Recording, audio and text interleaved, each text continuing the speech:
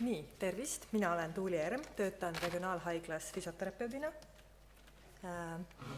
ja räägiksin hea meelega siis kukkumiste ennetamisest.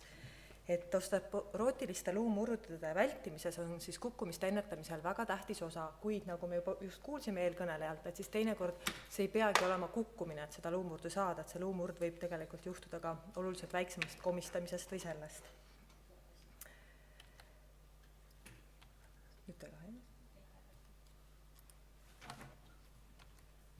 Nii, miks siis on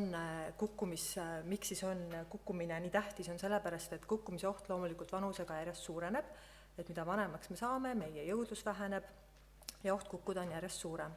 Ja statistika siis ütleb, et vähemalt 1/3 üle 60-aastastest ja vanematest inimestest siis kahjuks kukub 1 või isegi rohkem kordi aastas. Ja vanemas eas on siis kukkumise tagajärjed sageli tõsisemad, tuues kaasa siis erinevaid traumasid, peajutraumad, lülisambatraumasid või ka siis luumurde ja paranemine võtab oluliselt kauem aega.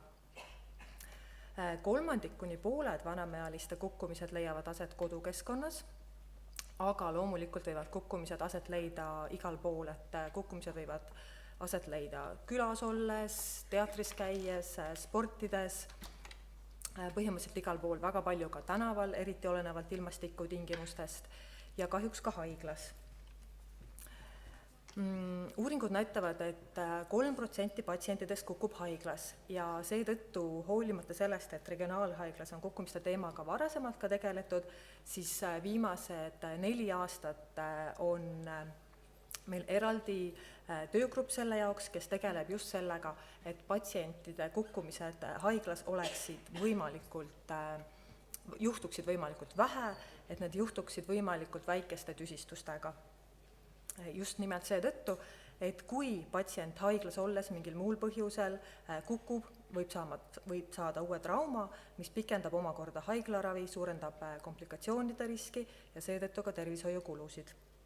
Ehk siis regionaalhaigla prioriteet on tagada patsiendi ohutus, pakkudes turvalist keskkonda, mis vähendab kukkumisriski ja võimaldab vajadusel kiiret abi. Ma väga lühidalt mõned asjad toon välja, et mida me siis regionaalhaiglas oleme selle viimase 4 aasta jooksul teinud ja juurutanud, lisaks kõigele sellele, mis on varem tehtud, ja siis hakkame rohkem rääkima praktilistest soovitustest, mida kõik inimesed saavad ise kodus ära teha. Ehk siis, kui patsient saabub haiglasse, siis kõigepealt õde hindab tema kukkumisriski ja vastavalt sellele koostab siis ka õendusplaani. Väga tähtis on patsiendi ja kui on võimalik, siis ka patsiendi lähedaste kaasamine sellesse, et missugused on patsiendi kukkumisriskid ja kuidas neid saab koha peal vähendada. Kui patsient tuleb haiglasse, siis nagu ka eelnevad kõneleja rääkis, et patsient võib olla segaduses, ärevuses ja kõik see tundub nii keeruline, ehk siis, et väga oluline on patsiendile ka selle keskkonna tutvustamine, kui ta on haiglasse saabunud, et kus on tema palad, kuidas saab õde, hooldajat kutsuda, kuidas saab valgustust sisse välja lülitada, kuidas saab oma voodi asendit muuta, voodi kõrgust muuta, kuidas saab ohutult liikuda tualetti, missugune tualett välja näeb, et kõikidel inimestel ei ole samasugused tualetid kodus ja haiglas, et enamasti meil võimaluse korral on siin haiglas ikkagi käsitoed, on tehtud see võimalikult lihtsaks, et ei oleks lävepakke, et saaks sinna ohutult liikuda, ohutult tagasi liikuda, et oleks tagatud patsiendi võimalik aktiivne olemine sel ajal, kui ta on haiglas. Õed ja hooldajad teevad regulaarseid visiite palatitesse, et oleks jälgitud, kuidas patsiendil läheb, kas patsienti on vaja abistada isiklike toimetuste juures ja pakkuda siis talle nende juures abi. Kui patsient on sattunud terviseseisundi muutuse tõttu haiglasse, siis võimalik, et tal on vaja nüüd kasutada abivahendit, mida tal varasemalt kodus ei olnud. Anname patsiendile abivahendi, juhendame, kuidas seda kasutada, kuidas sellega ohutult ja turvaliselt liikuda. Kui selle abivahendiga liikumine ei ole turvaline patsiendil üksi, siis tihti on see turvaline koos kas füsioterapeudi või hooldajaga ja siis füsioterapeut juba juhendab õdesid hooldajaid, et missugust patsienti on vaja liikumisel saata. Nii, aga edasi liigume rohkem selliste, praktiliste soovituste juurde, mida patsiendid või teie kõik saate ka kodus ise ära teha. Ja need ei ole sellised universaalsed soovitused, et nüüd üks soovitus sobib kõigile, et see ikkagi oleneb sellest, et missugune patsient on, missugune on tema kodu, mida seal saab kohandada, ehk siis, et aga nende riskitegurite peale mõtlemine iseenesest juba natukene parandab seda teadlikkust ja te saate vaadata, et missuguseid asju te saate enda jaoks ise ära teha. Et kõigepealt kukkumiste ennetamiseks on kindlasti oluline lasta regulaarselt oma tervist kontrollida, et vähendada sellist haigustest tulenevat kukkumisriski.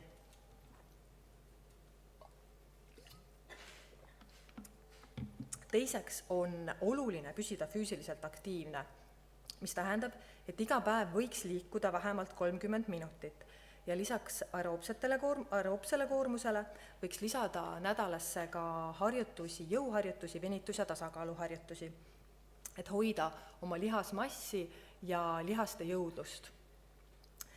Kuna füsioterapeut Taavi Metsmaa peale mind räägib veel täpsemalt füüsilisest koormustest ja kehalistest harjutustest, siis kuigi see on nagu üks kõige olulisemaid komponente kukkumiste ennetamisel, siis sellel ma praegu hetkel rohkem pikemalt ei peatu. Kolmandaks, mida kõik inimesed saavad ise vaadata ja mis on samavõrra tähtis nii haiglakeskkonnas kui ka kodus, on ohutud sisejalanõud. Et panin siia näidisena meie patsiendikooli üles pandud ohutu sisejalanõu plakati, mida õnneks täna just siin foyees liikudes nägin ka, et need ekraanil on, et ka ekraanile tulevad need materjalid ja kui patsiendil on, plaaniline haiglasse sattumine, siis ka inimene, kes patsienti haiglasse kutsub, et ka seal puhul peaks see teadlikustamine läbi käima, et kui te olete haiglasse tulemas, siis palun võtke endale sobivad sisejalanõud kaasa. Mul endal läheb silm alati särama, kui ma lähen patsiendi juurde ja meil on plaanis ju teha nagu kehalisi harjutusi, kõnnitreeningut hästi palju ja kui kotist tulevad välja sellised sobivad sisejalanõud, mis on libisemiskindla tallaga, ilusasti kanna tagant kinni ja püsivad jalas.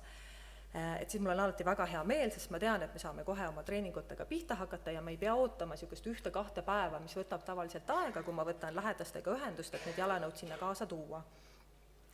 Aga teinekord, kui ma vestlen nagu sellel teemal kodus patsiendiga, et missuguseid jalanõusid te kodus kasutate ja või et umbes, et hetkel teil ei ole jalanõusid kaasas, aga et palume lähedastel tuua, siis vahest tulebki nagu välja, et tegelikult kodus nagu ei kasutatagi jalanõusid, käiakse kas nagu sokkis või siis nagu nendes spaasussides või teinekord ka nagu nendes rannaplätudes, mis väga kergesti jalast ära tulevad.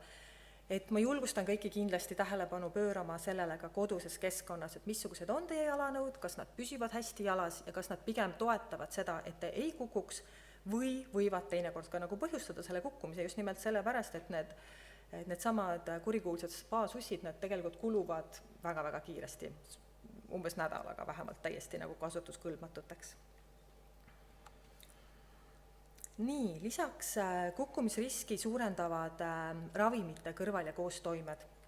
Et ravimid, eriti risk tõuseb, et kui on juba 4 või enam ravimit, mida koos võetakse, siis võivad tekkida sellised koostoimed, mis põhjustavad kas unisust või peapööritust. Et kui teil on tekkinud uue ravimi lisamisel mingisugused nähud, mida te varem ei olnud või üleüldse esineb ikkagi sellist peapööristust, unisust, et siis kindlasti võtta ühendust oma pereõe või perearstiga, kes saaks selle ravimiskeemi üle vaadata, et kas on mingeid ravimeid, mida seal saab muuta või kui teil tõesti lisandub uus ravim eriarstilt ja eriarstil tihti võib-olla ei ole päris täpselt ülevaadet ka, et mis ravimid teil nagu varasemalt on olnud, et siis ka nagu perearst on see, kes tegeleb sellega, et vaatab selle ravimiskeemi üle, et kõik omavahel sobiksid. Siis kukkumisriski võib suurendada nägemise vähenemine ehk nägemise häire, ehk siis kui on vajadus ja on tunne, et nägemisteravus ei ole enam päris see, siis kindlasti külastada optometristi või silmaarsti. Ja kui on juba määratud prillid, siis kindlasti kasutada neid regulaarselt, hoida neid käepärast, et oleks mugav võtta ja kindlasti jälgida, et nad oleksid puhtad. Kui nägemishäire on põhjustatud põhihaigusest, siis võiks kaaluda võõras keskkonnas kossaatiaga liikumist. Kui liikumine on nüüd muutunud nii palju raskemaks, et on vajalik kasutada juba liikumise abivahendeid, siis kindlasti konsulteerida kas perearstiga, pereõega või kes saab määrata kas konsultatsiooni füsioterapeudile, et missugune oleks see kõige sobivam liikumisabivahend. Sest et kui see liikumisabivahend kas on võib-olla liiga kõrge, liiga madal või kui liikumisabivahend näiteks ei ole heas korrasoleku astmes, et siis ka liikumisabivahendi enda kasutamine võib tegelikult kukkumise riski suurendada. Aga kui on selline liikumisabivahend, mis patsiendile sobib, teda toetab, on korras, et siis see nagu kukkumisriski oluliselt vähendab. Ja kui see liikumisabivahend tõesti füsioterapeudiga olete nagu proovinud mitmeid kordi vaadanud, et tõesti, et selle liikumisabivahendiga ikkagi on turvalisem liikuda, et siis tõesti, siis ikkagi tuleks selle liikumisabivahendiga liikuda. Lisaks suurendab siis kukkumisriski madala toitainesisaldusega toidu tarbimine ja ebapiisav vee joomine, aga ka toitumisest täna tuleb eraldi loeng, et siis sellest räägitakse seal pikemalt.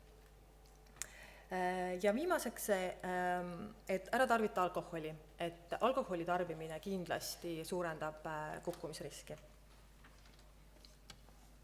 Nii, siseelanõudest me juba rääkisime. Mis saab veel kukkumiste ennetamiseks ära teha, kui me mõtleme natuke rohkem juba niisugusest kodukeskkonnast? Treppides liikumine üldjuhul on tegelikult väga hea treeningvahend, et see paneb meie jalalihastele hea koormuse ja on meile väga hea koormus, et püsida füüsiliselt aktiivne. Kui aga see treppidest liikumine on ikkagi juba väga suure kukkumisriskiga, siis pigem oleks vajalik kohandada see elamine ühele korrusele. Kui trepid jäävad kasutusse ja teistmoodi ei ole võimalik, et siis kindlasti treppidele käsipuud ja siis neid käsipuid ka kasutada.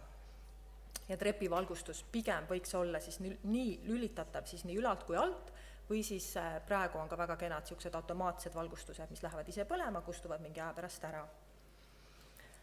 Päästeameti poolt, Päästeamet tegeleb ka väga palju sellise teemaga nagu kukkumiste ennetamine ja nende poolt siis ka veel sellised soovitused, et mobiiltelefon pigem endaga kogu aeg kaasas kanda või siis kasutada häirenupu, koduanduri või liikumisanduriga nutikella teenust. Et nutiteenused on nüüd väga palju arenenud, igasuguseid huvitavaid nutikellasid on, nutikellasid on, mis nagu sellist annavad informatsiooni teie lähedasele, ehk siis pigem sellisele nii-öelda noorele sugulasele, kes on selle nutinduses võib-olla natukene võib-olla isegi veel teravam, ehk siis, et kui tõesti on olnud selline, et patsiendi, ütleme selline tavapärane liikumistrajektoor, mis ta teeb, kodus liigub, on nagu oluliselt muutunud või seda liikumist ei toimu, et siis nii-öelda automaatne häire läheb siis nii-öelda teie lähedasele. Ja mis tahate ise ära teha, et kui tõesti, et kui see kukkumine tõesti peaks toimuma, et nii-öelda minimaliseerida seda, et see nii-öelda need nii-öelda tagajärjed oleksid väga tõsised, et siis hoida ikkagi igapäevaselt ühendust oma pereliikmetega ja arutada lähedastega, kus on olemas varuvõti. Nii, tubade näitel ka natukene veel niisugust praktilist infot, et sättida siis mööbel niimoodi, et kõik liikumisteed oleksid vabad. Igasugused ebastabiilsed mööbliesemed, kuhu peale nii-öelda võib-olla väikses tasakaalu kaotuse hetkel võiks toetada, et neid pigem üldse mitte olla, et see mööbel võiks olla selline stabiilne paigal ja igasugused asjad, mis on nagu põrandal, kas ajalehevirnad või mingisugused juhtmed, mis kuskilt jooksevad või lillepotid, et pigem võiks vaadata sellise pilguga, et need liikumisteed oleksid kindlasti vabad ja põrandal ei oleks neid esemeid. Asjadest, mida tõesti ei vaja, võiks loobuda või siis korrastada need kappidesse. Ja vaibad, et vaibad paratamatult ja lävepakud, need on sellised asjad, mis ikkagi põhjustavad neid kukkumisi, et vaadata nagu sellise pilguga üle, et kas on nendest võimalik loobuda, neid kuidagi teise kohta paigutada, et selline ühtlane põrandapind on nagu kukkumiste ennetamise puhul, nagu sellest on rohkem abi. Magamistuba samamoodi, et neid lahtiseid esemeid seal põrandal ei oleks. Öökapil võiks olla valgusti, mida te saate siis mugavalt lülitada sisse välja, kui peaks olema öösel vajadus. Püsti tõusmisel võiks keerata külje peale, üle külje tulla istuma ja nii hommikul, kui ütleme peale selliseid päevaseid puhkepause, et pigem võiks oodata üks niisugune pool minutit rahulikult enne siis, kui kohe nagu püsti tormata. ja istesse laskumine samuti, et pigem vaadata, et oleks ilusti sinna tooli juurde tagurdatud ja siis aeglaselt rahulikult istuma mindud.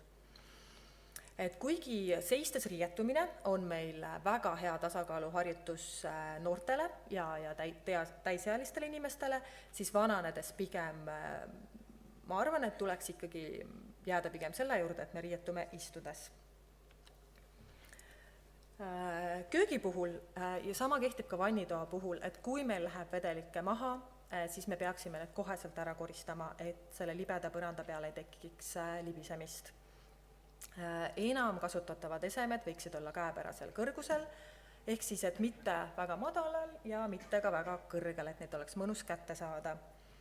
Ja kui on ikkagi sellised keerulisemad, suuremad majapidamistööd, terve elupinna koristamine, mööbli ümberpaigutamine, et siis kindlasti ikkagi, et ärge tundke piinlikkust, küsige oma lähedastelt abi, et tegelikult lähedased tulevad hea meelega appi, võib-olla ka sõbrad, võib-olla naabrid tulevad appi, aga alati on tunne, et võib-olla neil on ju alati nii kiire, nad toimetavad ringi, et pigem ikkagi abi küsida. Statistika näitab, et kõige rohkem kukkumisi juhtub ikkagi vannitoas või tualettruumis. Et seal see põrandapind on erinev, seal tuleb see märja pinna faktor mängu. Ehk siis vann kindlasti on rohkem kukkumistele aldis kui see duširuum.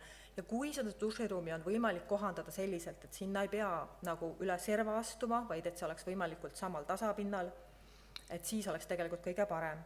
Ja väga palju erinevaid käsitugesid on müügil, neid on võimalik osta nii ehitusmaterjalide poest, kui neid on võimalik osta ka erinevatest invaabipoodidest nagu Terviseabi, Itak, Invaru, aga ma ütlen, et ka need on ka ehitusmaterjalide poes, et peab lihtsalt hinda võrdlema, et kus nagu soodsamalt saab. Et käsitoed duširuumi vanni juurde, et need kindlasti oluliselt aitavad seda turvalisust tõsta. Ja lisaks siis ka libisemisvastane matt, kas siis sinna dušinurka või siis ka vanni põhja. Panin siia veel materjalid, et kukkumiste teemast, kukkumise ennetusest kõige rohkem materjali leiab hetkel Regionaalhaigla Traumakeskuse lehelt, et kui valite Traumakeskuse lehele, lähete, valite sealt traumad ja kukkumised, siis seal on kukkumiste ennetamisest ja seal olid ka väga kenad materjalid nii-öelda, kuidas kukkuda, et kuidas, kui talvel liikuda ja peaks see kukkumine nii-öelda tulema, et kuidas siis see oleks kõige turvalisem teha. Ja Regionaalhaigla lehel patsiendile patsiendikool, et seal on ka erinevaid 1 minuti õppimisi, näiteks nagu selline, et kas sul on kukkumisrisk, et siin meil oleme koostanud küsimused jah-ei vastusega, et kui see vastus tuleb jah, siis te saate mõned punktid ja kui see punktisumma on üle 4, siis see näitab, et tõesti võib olla suurem oht kukkuda, aga et siin iga küsimuse all on ka väikene selline nõuanne, et kui te vastasite jah, et mis siis võiks nagu teha.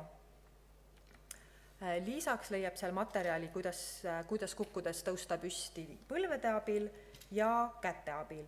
Et need samad materjalid on pärast loenguid ka väljas siin laua peal ja siis hea meelega kui on mõne materjali suhtes veel küsida nõu midagi, et siis ma hea meelega vestlen nendel teemadel. Nii, hetkel minu poolt kõik, et kuigi hetkel meil on praegu väljas imeilus sügisilm, siis varsti on meil kahjuks tulemas talv koos kõige lume ja jääga, nii et kindlasti vaadake üle oma õues liikumise jalanõud ja need väga ägedad sellised naelakesed, mis sinna alla lähevad, on igati soovitatavad sinna alla panna.